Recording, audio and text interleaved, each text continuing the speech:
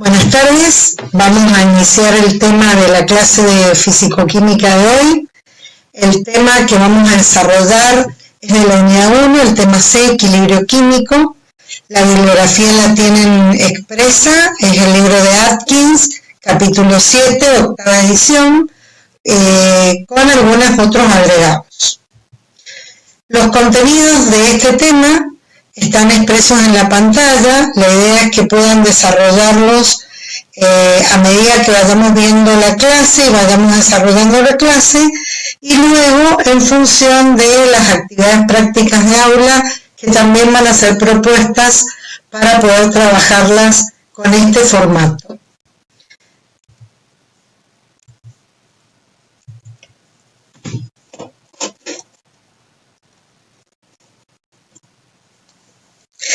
En principio vamos a recordar el concepto de equilibrio en todos sus sentidos, el equilibrio termodinámico contemplado como equilibrio mecánico, equilibrio de fuerzas, equilibrio de presiones, equilibrio térmico, ¿sí? Cambios de temperatura hasta llegar a las temperaturas constantes, y luego la parte del equilibrio en los sistemas materiales. Nosotros ya hemos trabajado con el equilibrio de fases y ahora vamos a abordar el aspecto del equilibrio químico como una de las formas o de las condiciones del equilibrio termodinámico. Los aspectos básicos que vamos a abordar en el equilibrio químico son algunos conceptos como el propio estado de equilibrio, entendido como un estado en el que la composición del sistema permanece constante en el tiempo. Para esto vamos a trabajar con concentraciones molares de reactivos y productos y vamos a observar que no hay cambios netos de la misma.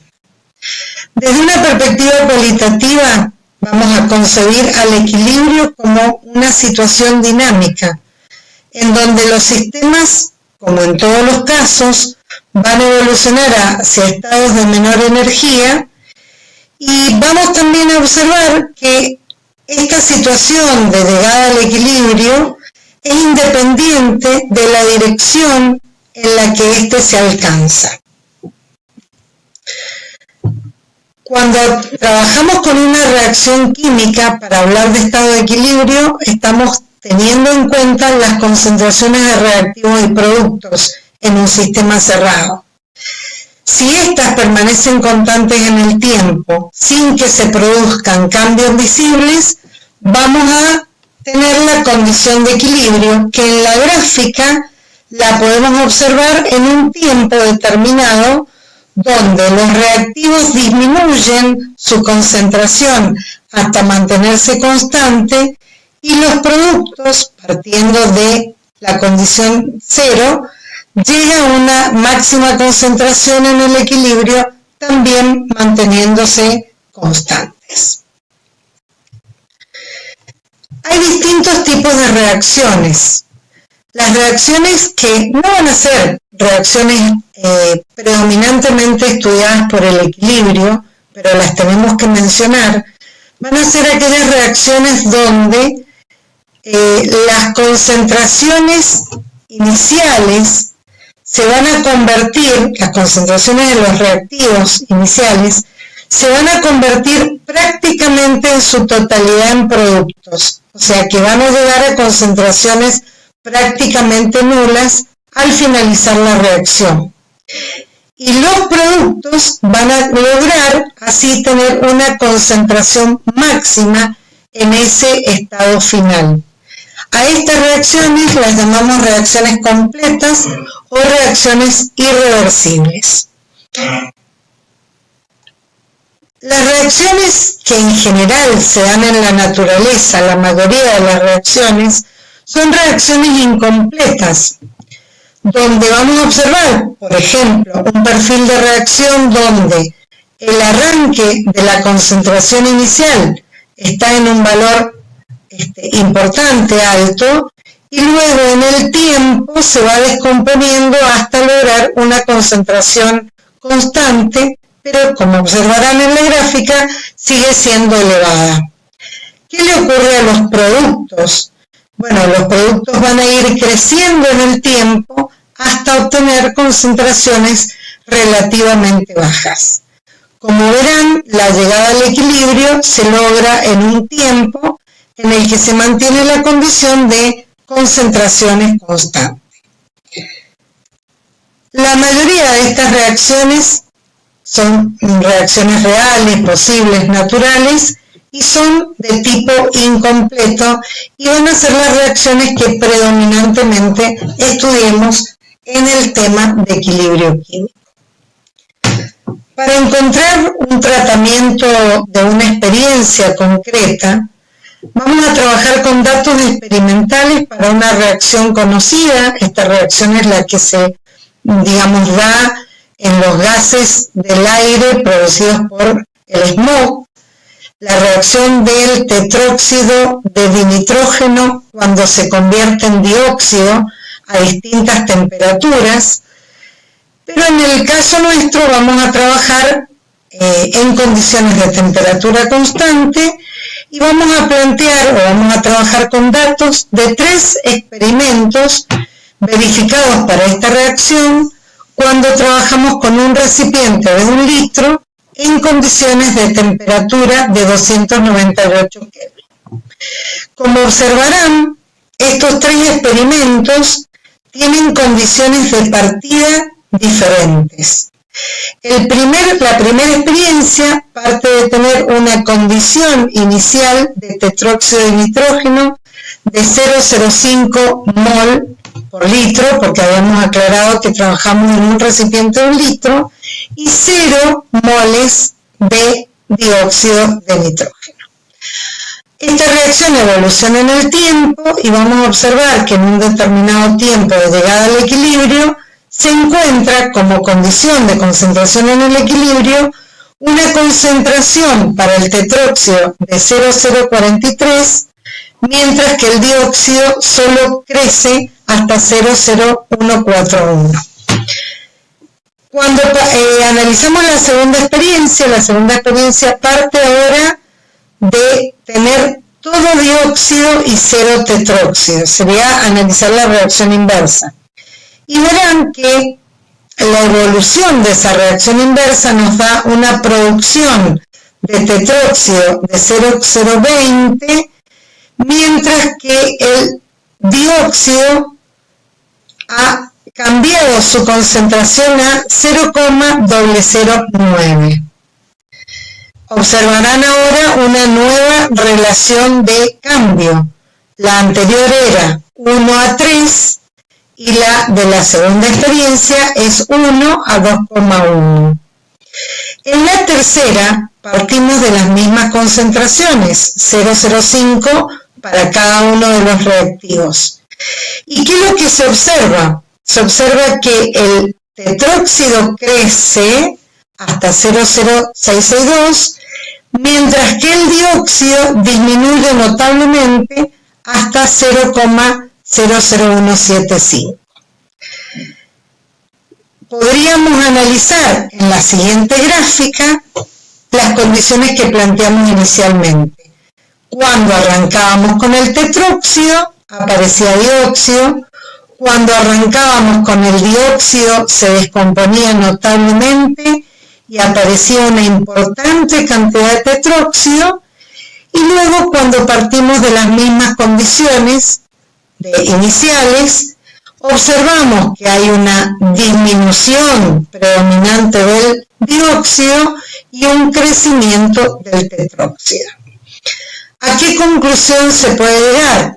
Si vamos a la pantalla anterior, vemos que la relación de concentraciones elevadas a sus exponentes en las 3 experiencias se mantienen constantes.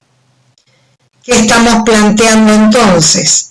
Estamos planteando que la relación de las concentraciones de los productos respecto de la concentración de las concentraciones de los reactivos elevadas a sus coeficientes nos dan un valor constante que es igual a la constante experimental de equilibrio, siempre trabajando a la misma temperatura.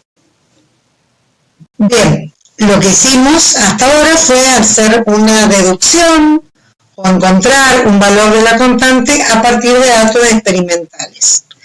Lo que queremos a partir de ahora es poder llegar a ese valor de la constante, pero haciendo uso de los conceptos termodinámicos. Para eso vamos a trabajar con el concepto de energía libre de Gibbs aplicado a una reacción química. Nuestra reacción de estudio va a ser una reacción muy simple, donde el reactivo A se descompone en B. Hay ejemplos de estos como isomerizaciones y descomposiciones. Y para esto necesitamos definir un concepto que se denomina avance de reacción, que lo vamos a simbolizar con la letra epsilon. Lo vamos a trabajar en moles, porque son los moles de la especie que va reaccionando o que va apareciendo, la que va cambiando. Cuando se inicia el proceso de reacción, el epsilon vale 0, y en cualquier momento de la reacción, el número de moles de reactivos o productos va a estar modificado por una cantidad que ha aparecido de esos moles en el caso de los productos, una cantidad que ha desaparecido en el caso de los reactivos, y lo podemos expresar como el número de moles en un instante de la reacción, que van a ser igual. Observamos que el número de moles que se va obteniendo de producto o que va quedando de reactivo depende del número de moles iniciales y de una cantidad que se va produciendo o va desapareciendo, que depende de los coeficientes estequiométricos y del avance de reacción. Como verán, los coeficientes estequiométricos se van a considerar positivos para los productos y negativos para los reactantes. Entonces, la expresión del número de moles va a quedar en función de el avance de reacción, o sea, se va a disminuir en un avance de reacción, y en el caso de los productos, el número de moles que tengamos en un determinado tiempo va a ser igual al número de moles iniciales más los moles producidos por el avance de la reacción.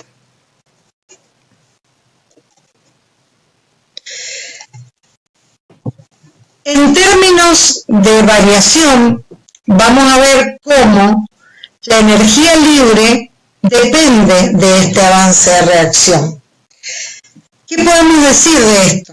Que si nosotros derivamos a la energía libre con respecto al avance de reacción, teniendo la presión y la temperatura constante, y este valor es representado en un gráfico, podemos analizar qué le va ocurriendo a una reacción a medida que evoluciona. Si nosotros lo analizamos a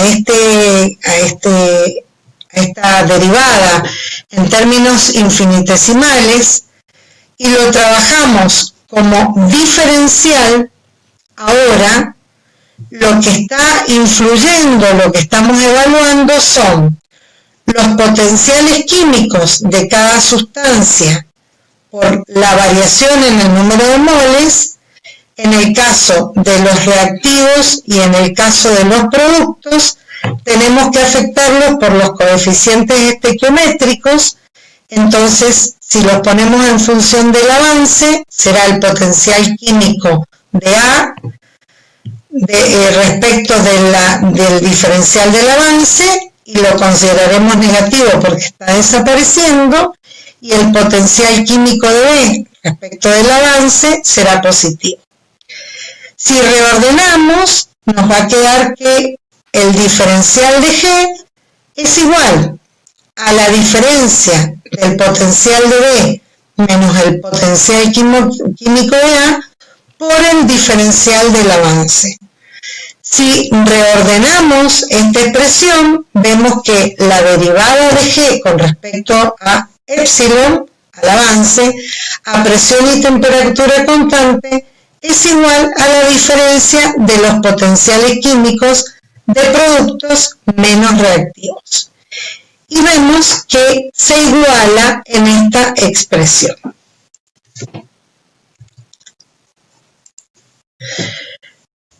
Resumiendo, podríamos decir que para las reacciones químicas espontáneas a presión y temperatura constante, vamos a tener un cambio espontáneo cuando la energía libre tienda a disminuir. Y esa disminución va a depender del avance de la reacción y va a depender de los potenciales químicos de productos y de reactivos. Lo que vamos a analizar ahora es cómo esta pendiente que hemos marcado con la derivada, la vemos en el gráfico, en reacciones en ambos sentidos. Desde esta perspectiva, lo que vamos a trabajar ahora son lo que se concibe como reacciones endergónicas y exergónicas en relación a reacciones espontáneas que producen trabajo o reacciones que requieren trabajo. Vamos a ver que cuando una reacción que parte de reactivos con una alta energía libre inicial se desplazan hacia el equilibrio, vemos que el delta G de esa reacción va a tener una pendiente negativa, el delta G va a ser menor que 0 y la tendencia va a ser llegar al equilibrio, que va a ser cuando logremos el delta G igual a 0. Estas reacciones son espontáneas, son reacciones que producen trabajo y un ejemplo claro de ello es cómo se oxidan los hidratos de carbono en la química biológica para producirnos las energías que usamos, por ejemplo, en músculos y en actividades del cuerpo humano. Si en cambio analizamos la reacción inversa, ¿qué partimos o de dónde partimos? Partimos ahora de tener una energía libre mayor en los productos y la tendencia va a ser a que evolucione hacia los reactivos requiriendo, ¿sí?, un trabajo externo. Estas son las que se llaman reacciones no espontáneas en el sentido directo y para que ocurran necesitamos entregarles una determinada cantidad de energía. Como ejemplo de ello son las reacciones electrolíticas, que las vamos a ver luego en el tema de electroquímica. Cuando las reacciones llegan al equilibrio delta G vale 0 y entonces tenemos la situación de mínima energía libre. Para desarrollar las condiciones generales del equilibrio químico, vamos a trabajar sobre una reacción completa de más de un reactivo y dos productos de reacción, y vamos a expresar la energía libre en términos de diferencial en función de la ecuación de energía libre de Gibbs. La vamos a expresar ahora como la diferencial de energía libre, donde la derivada de G con respecto a T es menos la entropía por diferencial de T. La derivada de G con respecto a P es el volumen por diferencial de P. Y el término de la derivada de G con respecto al número de moles de cada uno de los reactivos y productos participantes va a ser la sumatoria algebraica de esos términos que son los potenciales químicos, los mu sub i, de cada una de las sustancias que participan en la reacción. Si consideramos un sistema cerrado con una sola fase, donde solamente tengamos en cuenta el trabajo de expansión, esa expresión que acabamos de simbolizar va a tener un valor que puede moverse entre valores negativos e iguales a 0. Esto está planteándonos que la tendencia es al equilibrio de la reacción hasta lograr el término de equilibrio o la condición de equilibrio. Si ahora estudiamos esa misma reacción a temperatura y a presión constante y recordamos que la variación del número de moles dependía del coeficiente estequiométrico y del avance de la reacción o del diferencial de avance, podemos simplificar los términos de la entropía, el término del volumen y quedarnos con los términos que dependen del potencial químico de cada sustancia y expresarlo en términos de coeficientes estequiométricos por el potencial químico en función del avance de reacción. ¿Qué tenemos acá? La condición de espontaneidad para una reacción química a temperatura y presión constante para sistemas cerrados con trabajo de expansión. Si esto lo integramos, lo que vamos a analizar ahora es el sentido del cambio espontáneo para una disminución de G. Cuando lo integramos, nuestro potencial químico se convierte en energía libre y vamos a tener la sumatoria de energía libre de los productos menos la sumatoria de la energía libre de los reactivos, datos que podemos obtener en condiciones estándar desde una tabla o de las tablas de valores termodinámicos para poder calcular el delta G de esa mezcla de reacción. Si los datos calculados nos dan un delta G menor que 0, nos están planteando que nuestra reacción es espontánea y que nuestra mezcla tiende al equilibrio. También podemos identificar las condiciones o la composición de la mezcla en el equilibrio. Cuando llegamos al equilibrio, vamos a encontrar que la sumatoria del delta G de los productos va a ser igual a la sumatoria del delta G de los reactivos. Si ahora nos referenciamos a sistemas gaseosos ideales, conocemos el potencial químico para un gas ideal único que depende de la temperatura y la presión y que era igual al potencial químico en condiciones estándar de ese gas por RT por el logaritmo de la presión del gas sobre la presión estándar.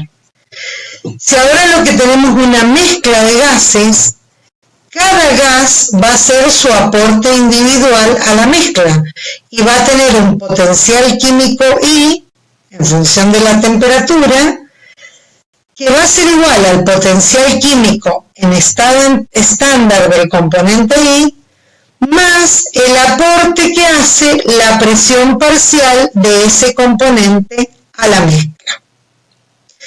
¿Para qué queremos analizar esto? Para trabajar con reacciones de varios reactivos y productos en estado gaseoso. Si ahora aplicamos lo que acabamos de definir para esta reacción, sabemos que el delta G de la reacción va a depender, o va a ser el delta G de los productos menos el delta G de los reactivos.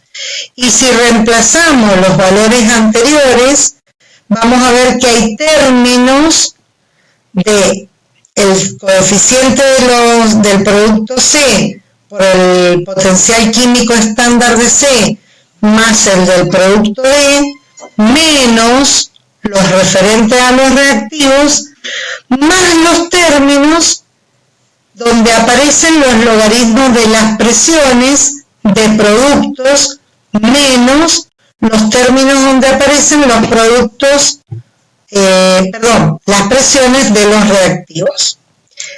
Si reordenamos los términos iniciales estándar, vamos a ver que son similares al delta G0 y los términos que dependen de las presiones reordenados como RT por el logaritmo de ese cociente nos van a quedar expresados en las presiones de los productos elevados a sus coeficientes sobre las presiones de los reactivos elevados a sus coeficientes estequiométricos. Este cociente fuera del equilibrio o en un momento determinado de la reacción es lo que vamos a denominar cociente de reacción. Entonces, tenemos expresada nuestra ecuación de la energía libre para las condiciones fuera del equilibrio, y cuando nosotros igualamos el delta G a 0, encontramos que esa relación de presiones ahora responde a la relación de la constante de equilibrio, pero es nuestra constante de equilibrio termodinámica y la vamos a denominar K sub P. Esa constante de equilibrio se va a expresar en función de la energía libre, 0, estándar, como el valor negativo de RT por el logaritmo de K sub P. Esta expresión nos va a permitir poder analizar para reacciones que tenemos un delta G positivo, ver que nuestro K sub P va a ser un valor menor que 1 y por lo tanto nos va a estar indicando que nuestra reacción tiene poca tendencia hacia los productos. En cambio, cuando nuestro delta G es negativo, nos va a estar indicando que K sub P toma valores mayores que 1 con una gran tendencia a la obtención de productos. Podríamos decir que K sub P va a tener valores siempre positivos entre 0 e infinito, y mientras mayor sea el valor de K sub P, nuestro numerador va a ser dominante y nuestra reacción va a estar muy desplazada hacia los productos. ¿Qué observamos acá? Que delta G solo depende de la temperatura, al igual que K sub P. Bien, si queremos analizar cómo evoluciona la mezcla de reacción, vamos a tener que trabajar con la expresión de delta G en función del delta G0 y del componente o de la componente que aporta el cociente de reacción. Entonces, nuestra expresión llamada isoterma de reacción contiene el menos RT por el logaritmo de K más el RT por el logaritmo de Q. Si reordenamos, nos queda una expresión matemáticamente muy útil porque podemos analizar el delta G en función de los valores obtenidos experimentalmente de Q en función de los datos de Kp. Entonces, si nuestro cociente de reacción es menor que la constante Kp, vamos a ver que nuestra energía libre toma valores negativos. Esto implica que estamos frente a una reacción espontánea de reactivos a productos. Si en cambio nuestro cociente de reacción en ese instante de análisis de la mezcla toma valores mayores al Kp, nuestro delta G va a tomar valores positivos y estamos frente a una reacción no espontánea o bien a una reacción espontánea inversa. O sea, ahora se va a desplazar la reacción de productos a reactivos. Y si nuestro dato obtenido por los datos experimentales de Q se igualan al Kp, nos va a estar diciendo este momento de la reacción que estamos en equilibrio.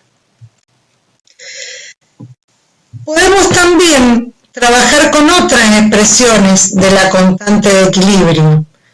porque hemos hablado del Kp en función de las presiones parciales de reactivos y productos. Pero haciendo las conversiones con el uso de la ecuación de estado, podemos encontrar una constante en función de las concentraciones molares, muy útil también, y existiendo, si observan acá la relación, una relación entre Kp y Kc, donde el término RT está exponenciado al valor de delta N. ¿Qué es lo que es delta N? La diferencia del número de moles de productos menos reactivos. Y obviamente cuando el delta N valga 0, o sea, cuando el número de moles de productos y reactivos sea igual, el Kp y el Kc van a ser iguales. Son algunos casos y algunas reacciones puntuales.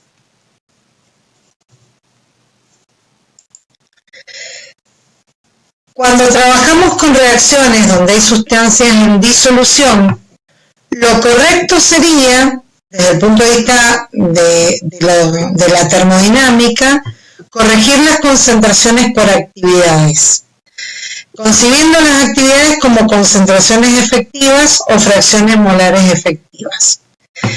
En ese caso, nuestro potencial químico quedaría expresado en términos de actividades. Vamos en general a trabajar en disoluciones ideales donde podamos reemplazar a esa actividad por la molalidad y las presiones parciales. Si nosotros partimos de esta expresión del potencial químico para una reacción que habíamos analizado de A más B que nos daba producto C y D, en lugar de expresarlo en función de las concentraciones o de las presiones, lo expresamos en función de las actividades. Y ahora obtenemos una expresión del cociente al que le aplicábamos el logaritmo, que depende de las actividades de los productos elevados a sus coeficientes divididas las actividades de los reactivos elevados a sus coeficientes. Lo que obtenemos acá es la verdadera constante termodinámica de equilibrio expresada en función de actividades, reactivos y productos.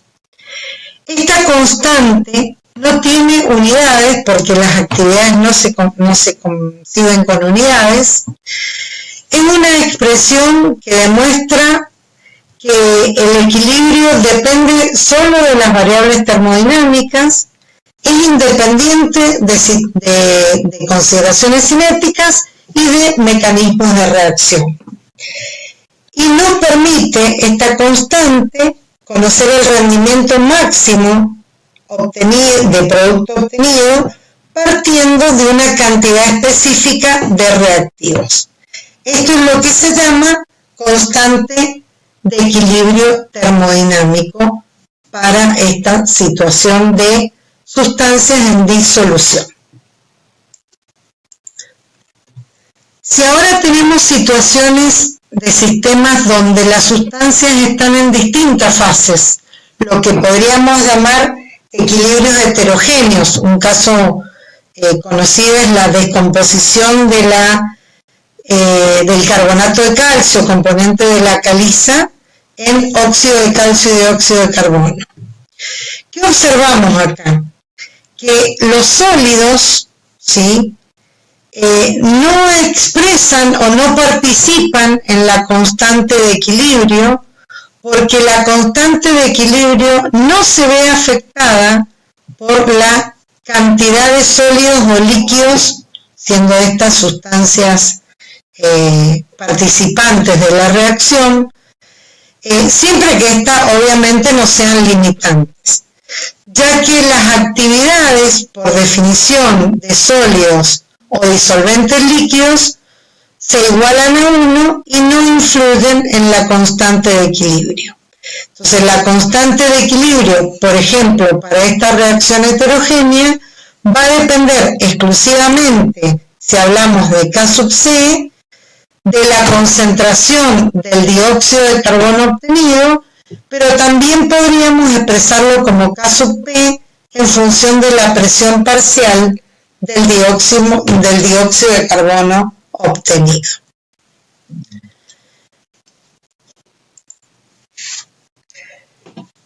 ¿Cómo responde el equilibrio a distintas condiciones?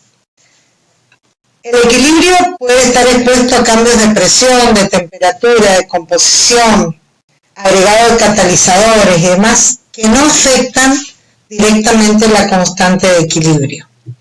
Puntualmente, los cambios de presión vamos a explicar o vamos a demostrar que son independientes de la presión, porque ni delta G0 ni K varían con la presión a temperatura constante.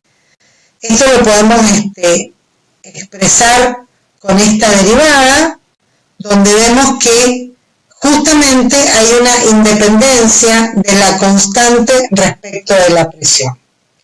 Esto no significa que cambiar la presión no nos cambie las composiciones del equilibrio.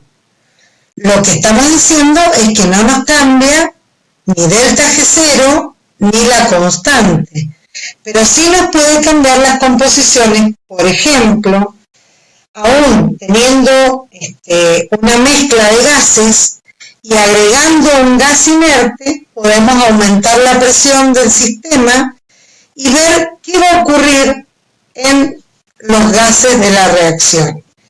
En general, cuando tenemos gases ideales, no se modifican las concentraciones porque no se modifican las presiones parciales de los componentes que están reaccionando.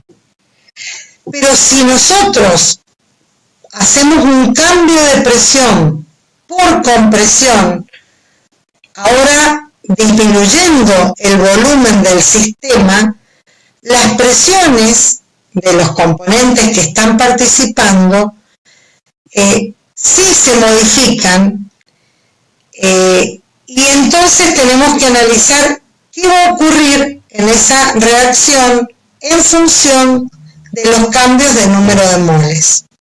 Lo que sí podemos decir que la relación de presiones Kp no varía y que si tenemos un cambio de la presión, por ejemplo, un aumento de la presión, nos va a provocar una disminución en el volumen y tendremos que analizar en cada reacción cómo va a influir esta situación.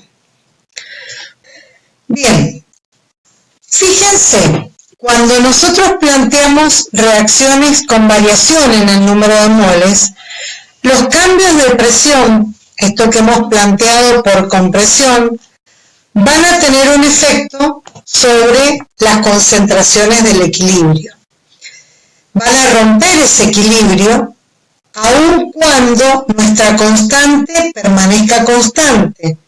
Para esta reacción, donde un mol de A produce 2 moles de B, y la constante va a ser una expresión de la presión de B al cuadrado sobre la presión de A, si aumenta la presión por compresión disminuyendo el volumen, el sistema va a tender a equilibrarse.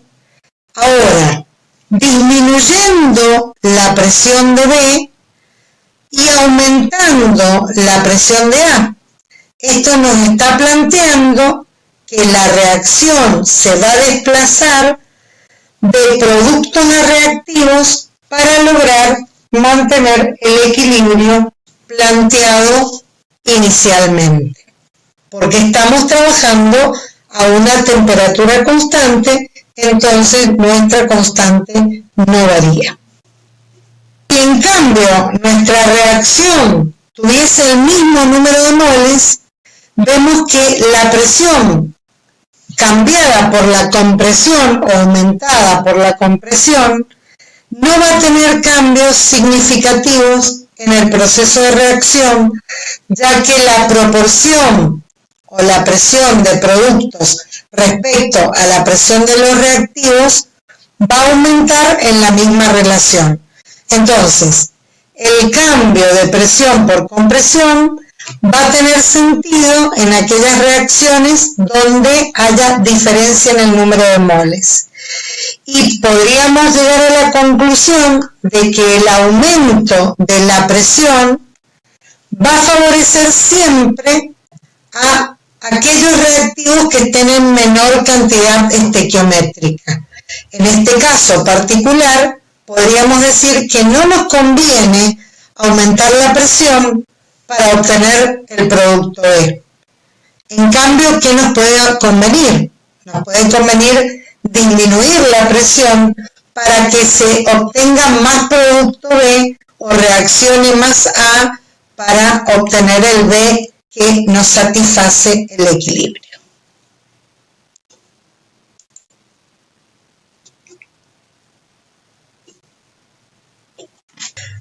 Vamos a analizar qué pasa con la constante de equilibrio cuando varía la temperatura.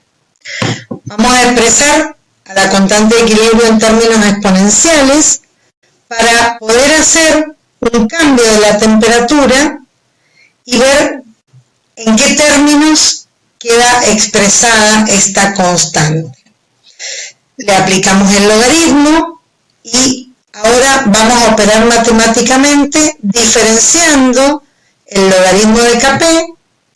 Vamos a reemplazar el término delta G0 en función de la ecuación de Gibbs en términos de entropía y de volumen.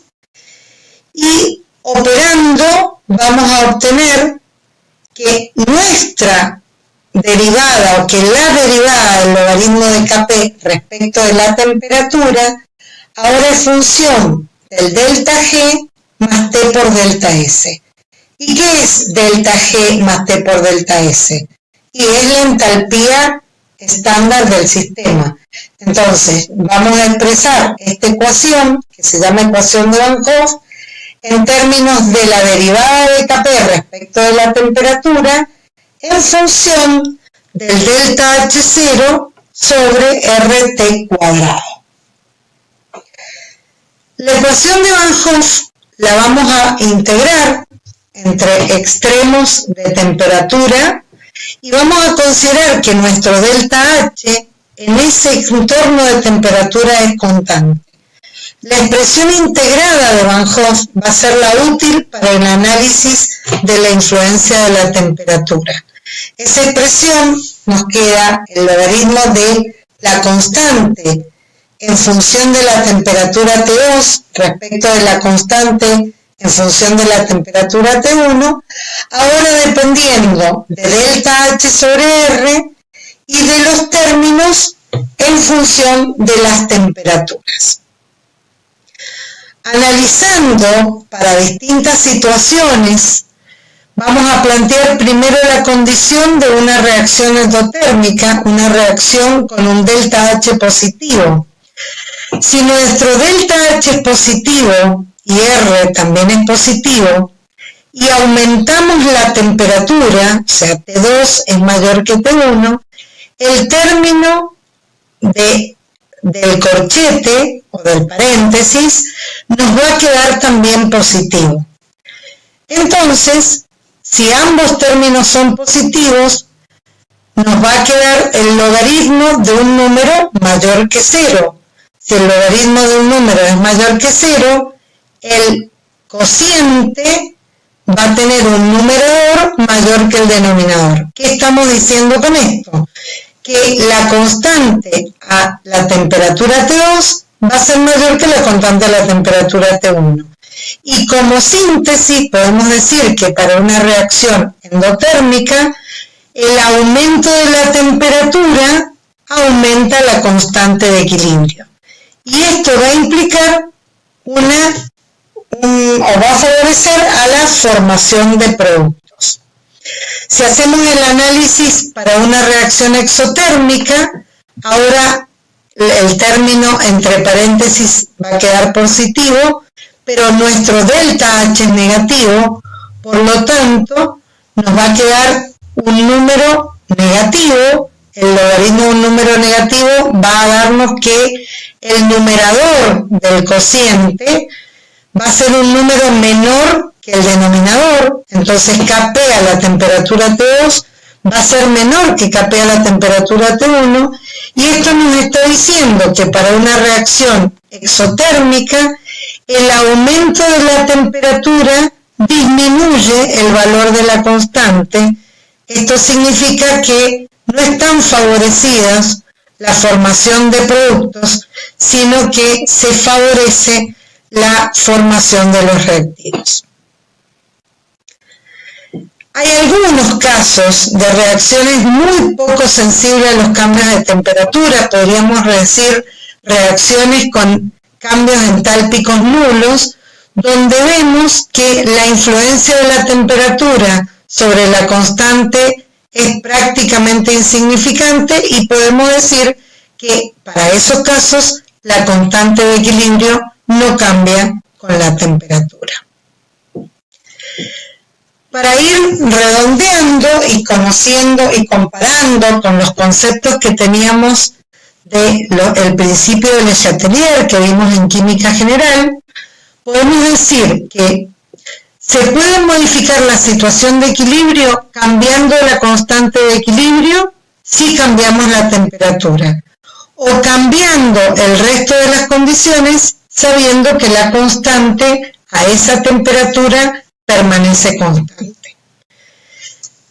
Entonces, a presión constante ya llegamos a la conclusión de que las reacciones endotérmicas se van a ver favorecidas por el aumento de temperatura y las reacciones exotérmicas se van a ver desfavorecidas por el aumento de temperatura. ¿Qué pasa ahora si planteamos cambiar las concentraciones que tenemos de reactivos y productos? O sea, dejando la temperatura y el volumen del reactor constante, ahora, ¿qué ocurre si partimos de una situación de equilibrio y cambiamos concentraciones de reactivos o productos? Si nosotros partimos de la constante de equilibrio y cambiamos esa condición, nuestra nueva situación va a ser obtener un cociente de reacción que difiera de la constante de equilibrio. Si agregamos reactivos, vemos que el denominador aumenta y entonces vamos a tener un cociente de reacción menor que la constante de equilibrio. ¿Qué va a ocurrir con esa reacción? Se va a satisfacer el equilibrio formando más productos y desplazándose la reacción favorablemente. En cambio, si agregásemos productos o tuviésemos en un momento una cantidad de productos mayores a los que satisfacen el equilibrio, nuestro cociente de reacción es mayor que la constante y se empiezan a descomponer los productos formando mayor cantidad de reactivos. Otra variable que se puede analizar es el agregado de un catalizador, que lo vamos a ver claramente cuando analicemos o veamos el tema de cinética química, pero en principio podríamos decir que el catalizador no afecta el equilibrio, ya que lo que hace son modificar las velocidades de reacción, tanto directa como inversa, y no influyen en la constante de equilibrio ni en las condiciones del equilibrio. Y lo otro que no modifica el equilibrio es agregar a la reacción mayor cantidad de producto o de reactivo, siendo este sólido o un solvente puro, porque dijimos que no cambiaban las condiciones del equilibrio cuando agregábamos sólidos o solventes.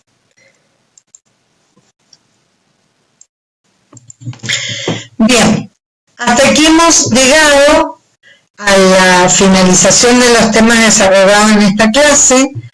Lo que quiero con esta última pantalla es que ustedes puedan visualizar la importancia que tiene interpretar el equilibrio químico en relación a los temas que que hemos desarrollado, ¿sí?, a las condiciones experimentales con las que vimos la primer reducción de la constante de equilibrio, al análisis termodinámico a partir de la isoterma de reacción, a otros conceptos termodinámicos usados como energía libre, potencial químico, actividad.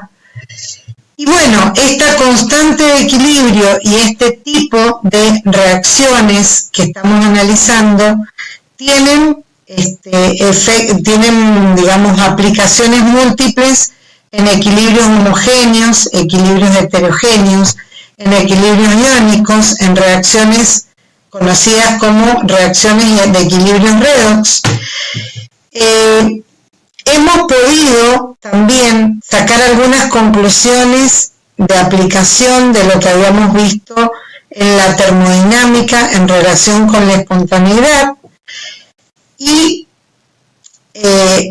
también ver las conclusiones acerca de cómo se ha perturbado el equilibrio y hemos podido demostrar lo que habíamos preanalizado con el principio de Le Chatelier en la química general.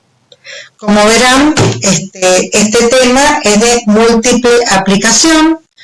Ahora seguiremos con, en el próximo tema desarrollaremos la electroquímica en el equilibrio, que será en la próxima clase, y con esto damos por finalizado el tema de hoy. Lo que quería plantearles es que esta es nuestra primera experiencia en este tipo de clases con este formato y, bueno, obviamente que sepan disculpar las cosas que no hayan sido suficientemente explicadas y que pueden hacer uso de las clases de consulta que vamos a implementar también a través del aula abierta. Queda toda la cátedra a disposición de ustedes. Muchas gracias.